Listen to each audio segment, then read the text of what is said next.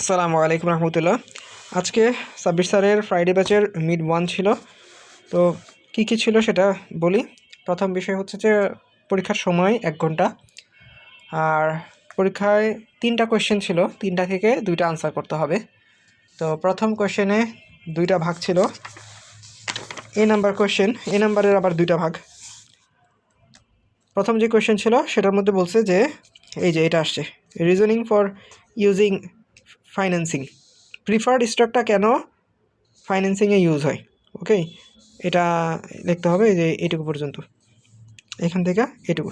এটা ছিল ডেনমার্কের, সাথে আরেকটা যুক্ত ছিল, সেটা হলো ডিফারেন্স বিটুইন এই যে invest rate bond and non invest rate bond, এটা ছিল, এটা পার্থক্য।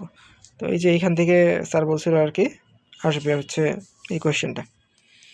তো এটা এই দের এই দুটা হলো 3 মার্ক। এরপর হচ্ছে একটা ম্যাথ ছিল, ম্যাথটা হচ্ছে 4.5 নাম্বারের, সেটা অধ্যায় 6-এর ম্যাথ। তো ম্যাথটা যদি আমি বলি, এখানে কোন ম্যাথ থেকে আমি বলবো বুঝতে পারতেছি না। আমি যদি একটু বলি, ধরেন আমি এই 1 নাম্বার ম্যাথটা দিয়ে আমি এক্সাম্পল দিই, ঠিক আছে। এখানে হচ্ছে আপনি একটা প্রজেক্টে হচ্ছে ইনভেস্ট করবেন, সেখানে এই ভ্যালুগুলো দেওয়া আছে, ওকে ফাইন।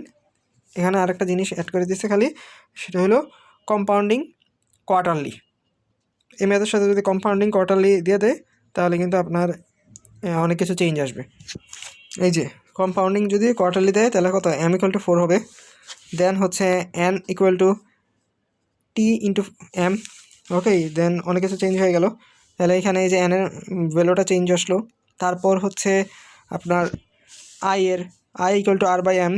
তো যেটা ওই যে রেট থাকবে, সেটাকে আবার m দ্বারা ডিভাইড হবে, m কত, 4। তো এইভাবে কিন্তু ম্যাথটা করতে হবে, ঠিক আছে। এই যে PVA, প্রেজেন্ট ভ্যালু। তো আমাদের যদি এটা দিয়ে থাকে, তাহলে আপনাদের এটা দিতে পারে, অথবা এই যে এইগুলা যে কোনো একটা দিয়ে দিবে সূত্র। তো এখন সূত্রের বিষয়ে একটা কথা বলবো, সেটা হলো যে আমাদের প্রশ্নে ওই সূত্র দিয়ে দিয়েছিল স্যার। আমি বলবো যে তারপরও সূত্রগুলো একটু দেখে যান, মুখস্থই করে যান। আমি মুখস্থ করে গেছিলাম, কারণ স্যারের উপর বিশ্বাস করা যায় না যদি সূত্র না দেয়। তো এই হলো 1 নম্বর কোয়েশ্চেন। এরপর 2 নম্বর কোয়েশ্চেন, 2 নম্বর কোয়েশ্চেনের একে ছিল হচ্ছে থিওরি, সেটা হলো যে difference between multiple cash flow and annuity, ঠিক আছে। এটা কিন্তু এই যে মাল্টিপল ক্যাশ ফ্লো এবং অ্যানিউটির মধ্যে পার্থক্য লিখতে বলছে, গেল। তারপর হচ্ছে বলছে আরেকটা কোয়েশ্চেন, ডিফারেন্স বিটুইন এই যে call premium and default, explain call premium and default premium. তো এখন কথা হলো যে এখানে তো কল প্রিমিয়াম আছে, ডিফল্ট প্রিমিয়াম কোথায়? ডিফল্ট প্রিমিয়ামটা আমি কারণে অ্যাকচুয়ালি পারিনি। তো যাই হোক, এটা তার একটু মনে হয়, এই যে এটা মনে হয় এখান থেকে দিচ্ছে কিনা ডিফল্ট রিস্ক কিনা, আই ডোন্ট নো। আমি এটা আনসারটা আমি পারিনি, তো এটা গেল। তারপর হচ্ছে এই ম্যাথটা দিয়েছিল, ঠিক আছে, এই ম্যাথটা দিয়েছিল। তো আমার খুবই দুর্ভাগ্য, এই ম্যাথটার আনসারটা আমার ভুল হয়েছে। কোথায় ভুল করছে আমি বলি, এই কারণে হচ্ছে আমি কিছু সময় অ্যাকচুয়ালি সূত্র দিয়েও মানে ভুল হয়ে গেছে, মানে দেখেও মেজাজটা গরম হয়েছে।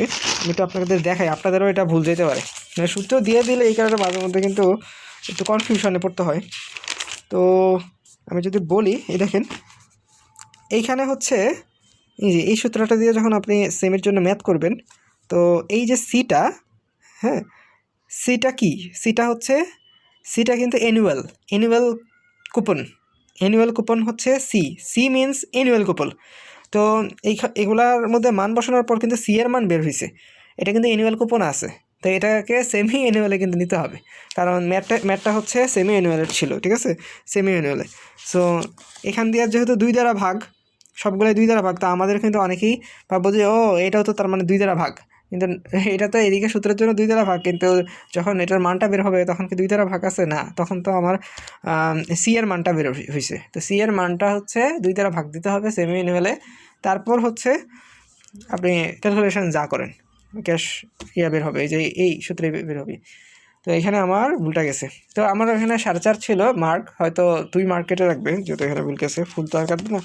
তো এটা একটু খুব সাবধান, এই ম্যাথটা কিন্তু ভুলে যাচ্ছে। আপনাদের জন্য এগুলো আরও বেশি ইম্পর্টেন্ট। 3, 7, তারপর হচ্ছে এই যে একুয়েড ইন্টারেস্ট, এটা তো আমাদের আসে না, এগুলো গেল। 3 নম্বর কোয়েশ্চেন এবার বলি, 3 নম্বর কোয়েশ্চেনের থিওরি পার্ট ছিল difference between interest only loan and amortized loan, এটা ছিল থিওরি। এরপর এই থিওরির সাথে একটা ছোট্ট ম্যাথ ছিল, সেই ম্যাথটা হচ্ছে এই স্টক ভ্যালুর মধ্যে এই যে এগুলো কিন্তু ভালো করে পড়তে হবে। এই জিনিসটা যে বুঝছে সে হচ্ছে ওই ম্যাথটা পারবে। তো ম্যাথটার সূত্র আমি একটু দেখি, আপনারা এই যে এইটা একটু পড়ে নেন, কি আছে এটা ফুল পড়েন। তো আমি যদি একটু ম্যাথটা দেখাই,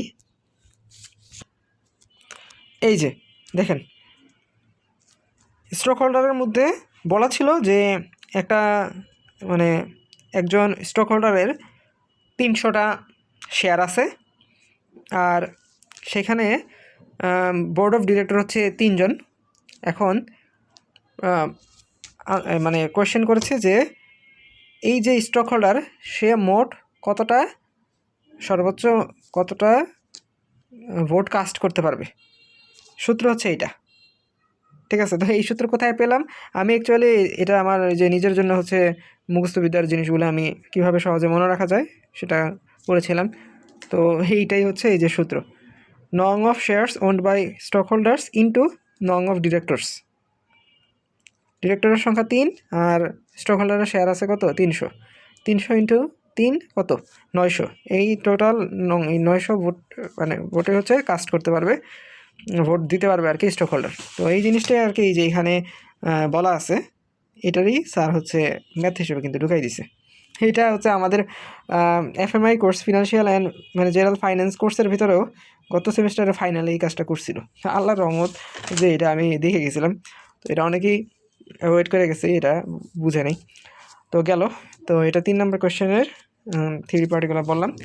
আর 3 নম্বর কোয়েশ্চেনে হচ্ছে আরও 2টা ম্যাথ ছিল, ম্যাথটা আমি যদি একটু দেখাই, ম্যাথটা ছিল হচ্ছে নমিনাল রেট, একটা ম্যাথ ছিল 2 নম্বরে। এই যে এটা কোথায় পাবেন আপনারা একটু দেখাই, এটা কিন্তু স্যার আমাদের ফ্রাইডে ব্যাচে অ্যাকচুয়ালি এটা করাই নেই, খালি বলে গেছিলো যে এটা একটু মনে রাখার জন্য একটা সূত্র, সেই মনে রাখার জন্য বলা সূত্রই স্যার পরীক্ষায় দিয়ে দিছে। তো আমি অ্যাকচুয়ালি ম্যাথ পড়ে গেছিলাম তাই বেঁচে গেছি। এই দেখেন, এই যে ইনফ্লেশন অ্যান্ড ইন্টারেস্ট রেট, ঠিক আছে, এই যে সূত্রটা এটা যদিও স্যার দিয়ে দিছে তো মনে রাখা ভালো। তো এখানে হচ্ছে এনআর হচ্ছে নমিনাল রেট, আর হচ্ছে রিয়েল রেট, আইআর হচ্ছে ইন্টারেস্ট রেট। তো প্রশ্ন বলছিল যে রিয়েল রেট বের করার জন্য। তো এটা হচ্ছে দেখেন এই যে এখানে হচ্ছে একটা এক্সাম্পল আছে, ঠিক আছে, এই যে এক্সাম্পলটা, এই এক্সাম্পলটা আপনাকে করে যেতে হবে, তাহলে হচ্ছে আপনি এটা আনসার করতে পারবেন। নমিনাল রেট তো দেওয়া ছিল আর ইন্টারেস্ট রেট দেওয়া ছিল, এখন আর রিয়েল রেটটা এক্স্যাক্ট রিয়েল রেটটা বের করতে হবে। এই যে এখানে একটা ছোট্ট প্রশ্ন আছে, এটা করে গেলেই হবে। এখানে তো নমিনাল রেট বলছে, আমাদের দিছে এক্স্যাক্ট মানে রিয়েল রেটটা আর কত। তো ওই তো এই সূত্রটা যে বুঝবে সে ইজিলি এটা আনসার করতে পারবে। আর লাস্টে আরেকটা ম্যাথ ছিল যেটা চ্যাপ্টার 6-এর ম্যাথ। এই যে এইখানে ম্যাথটা দেখতে পাচ্ছেন, এটা হচ্ছে ক্যালকুলেটিং এপিআর। তো এপিআরের জন্য হচ্ছে আমি যদি একটু সূত্রে চলে যাই, মানে এই ধরনের একটা ম্যাথ আসছে, কোয়েশ্চেনে বলা ছিল যে ইফেক্টিভ অ্যানুয়াল রেট পার্সেন্টেজ বলা আছে, আর এটার কম্পাউন্ডিং রেটও বলা আছে। কম্পাউন্ডিং সম্ভবত হচ্ছে সেমি ছিল, সেমি কম্পাউন্ডিং সেমি মানে কি এম ইকুয়াল টু কত 2, ঠিক আছে। এরপর হচ্ছে বের করতে হবে এ আর পি কত, এ আর পি কত, মানে এই সূত্রের মধ্যে এটা দেওয়া আছে, এ আর পি দেওয়া নাই, এম দেওয়া আছে, বের করতে হবে এ আর পি, ঠিক আছে। সো এটার জন্য কিন্তু আপনার যখন এটা বের করতে যাওয়া হয়েছে তখন কিন্তু একটু ঝামেলা ফেস করতে হয়েছে, বিকজ এটা কিন্তু লনে নিতে হয়েছে। যদি এটার পার্সেন্টেজ দেওয়া থাকে ধরেন 0.2, ঠিক আছে, এখানে 0.2 বসলো, তো বাকি মান এখানে ধরেন এটা প্লাস হয়ে গেল, তাহলে কত 1.2, ওকে ফাইন, এখানে 1.2 আসলো। তাহলে এটাকে আপনি কিভাবে বের করবেন, এটা এআরপি কীভাবে বের করবেন, তখন কিন্তু আপনাকে উভয় পাশে লন দ্বারা গুণ করতে হবে। লন ইন্টু ধরেন এখানে 1.2 লন বসলে এই এমটা এদিকে চলে আসবে, ধরেন এমটা হচ্ছে কত, সেমি মানে 2 লন এত, পরে আবার 2টা এদিক দিয়ে ভাগ হয়ে যাবে, এটা নিচে চলে যাবে। দেন আবার লনকে এই সাইডে নিতে হলে কত, ই টু দি পাওয়ার সামথিং হয়, ই টু দি পাওয়ার ওই এখানে যা থাকবে তা, তারপর একটা মান বের হবে, এরপর ওইখান থেকে হচ্ছে আস্তে আস্তে এআরপি সলভ হবে। সো এটা কিন্তু অনেকে একটু পরীক্ষার হলে একটু ঝামেলা হতে পারে, আমার 1 পৃষ্ঠা লাগছে, কাটাকাটি হয়নি, আলহামদুলিল্লাহ সুন্দর করে এটা সলভ করতে পারছি। তো এইটাই আমাদের ফ্রাইডে ব্যাচের কোয়েশ্চেন ছিল। কোয়েশ্চেনের পিছনে হচ্ছে ফর্মুলা ছিল, বাট আমি ফর্মুলা মুখস্থ করে গিয়েছি, আপনাদেরও বলবো ফর্মুলা মুখস্থ করে যান। পরবর্তীতে স্যার যদি বাই চান্স না দেয় তখন কিন্তু কিছু বলতে পারবেন না স্যারকে, বা যদি হয় ফর্মুলাগুলো একটু দেখে যাওয়া উত্তম। এই যে আমার এখানে সব ফর্মুলা আমি মুখস্থ ভালো করে গেছি, খালি বলবো যে সেমি অ্যানুয়াল থাকলে আপনাদের ওই যে এখানে যেটা আমি ঝামেলা করছি এরকম ঝামেলা করেন না, এই যে এগুলো একটু ভালো করে প্রত্যেকটা ফর্মুলা বুঝে যাবেন এবং ম্যাথগুলো একটু সলভ করে যাবেন ভালো করে, তাইলে আশা করি আর ভুল টুল হবে না। Okay, thank you for watching this video, জাযাকাল্লাহু খাইরান।